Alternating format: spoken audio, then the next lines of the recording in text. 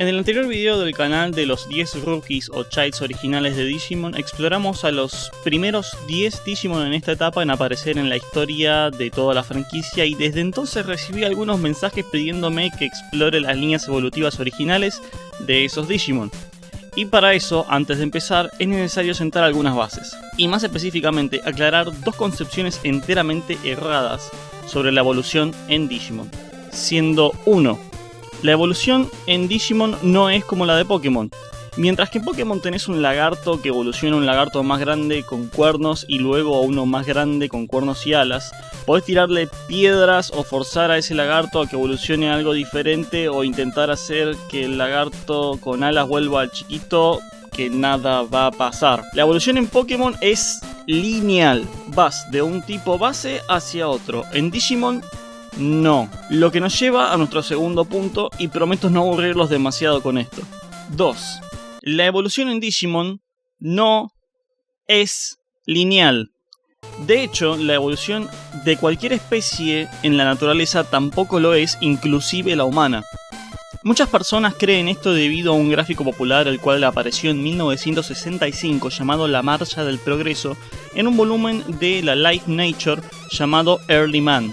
El autor de este libro, el antropólogo Clark Howell, advierte que esta imagen no tiene que ser tomada literalmente como si se tratara de una progresión directa de una especie hacia otra. Pero esa advertencia no le sirvió de nada, pues se volvió tan popular que, como suele pasar cuando algo alcanza cierto nivel de popularidad, se malinterpretó completamente. En la imagen aparecen, por ejemplo, el hombre de Neandertal y Cro-Magnon, que compartieron su tiempo con el Homo sapiens y luego se extinguieron. Por lo tanto, tampoco es que vengamos de ellos, pero sí compartimos un ancestro en común.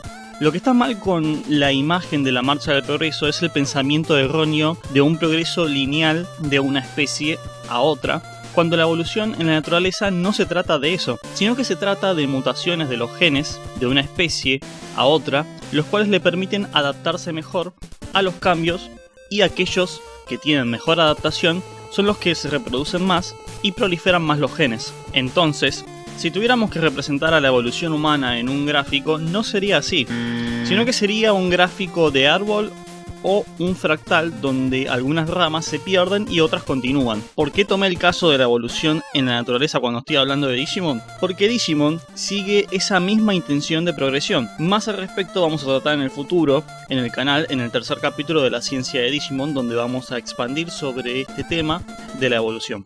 Estas aclaraciones son importantes hacer, ya que Digimon basa sus evoluciones o estados de adultez en las primeras mascotas virtuales a partir del sistema de crianza.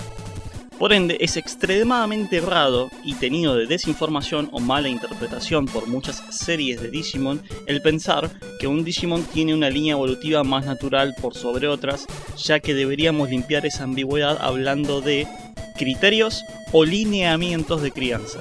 Bajo esta idea, Agumon evoluciona a todos estos Digimon y Greymon no es su evolución más natural, sino que es una de tantas, dependiendo de la forma en la que se ha criado, concepto que casi quiso utilizar Adventure para los emblemas de los chicos, queriendo explayar en el subtexto de que un Digimon va a seguir una línea evolutiva de acuerdo a cómo el elegido lo cría. Las evoluciones malvadas o erróneas de los Digimon son evoluciones en la mayoría de los casos naturales para esos Digimon de acuerdo a la crianza que les estaba dando el Tamer, en este caso haciendo paralelo entre crianza y los sentimientos que el Tamer le estaba proyectando al Digimon.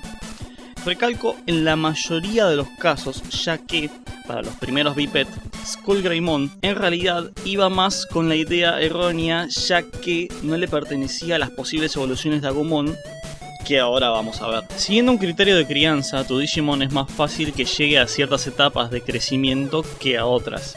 Y eso es lo que vamos a tratar en este video. Para analizar entonces las posibles evoluciones de estos Digimon, entonces dividamos nuestros criterios de crianza en máximo cuidado y mínimo cuidado, teniendo en cuenta que las ramas entre los Digimon, y más específicamente los Baby 2, empiezan a bifurcarse dependiendo de qué lineamiento de cuidados utilicemos. Para el anterior video me referí a la evolución más natural cuando me dirigía a la evolución con más cuidados del Baby 2.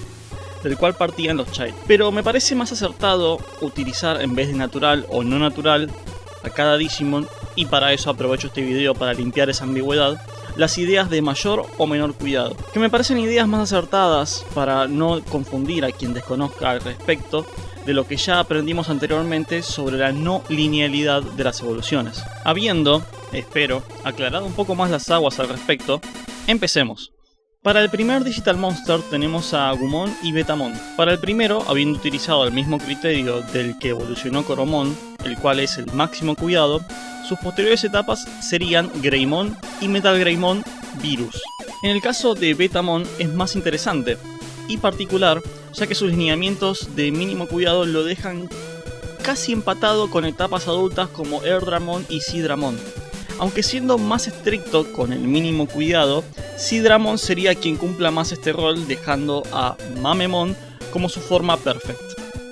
En el Digital Monster version 2 tenemos a Gabumon y Elecmon. Siguiendo el lineamiento de máximo cuidado, Gabumon evolucionaría a Kabuterimon y Skullgreymon. Para Elecmon, siguiendo una crianza mínima, sus próximas etapas serían Uamon y Metal Mamemon. En la próxima entrega de las primeras mascotas más referentes a Digimon teníamos a Patamon y Kunemon. El primero resultado de seguir la máxima línea de cuidado daría como evoluciones a Unimon y Andromon.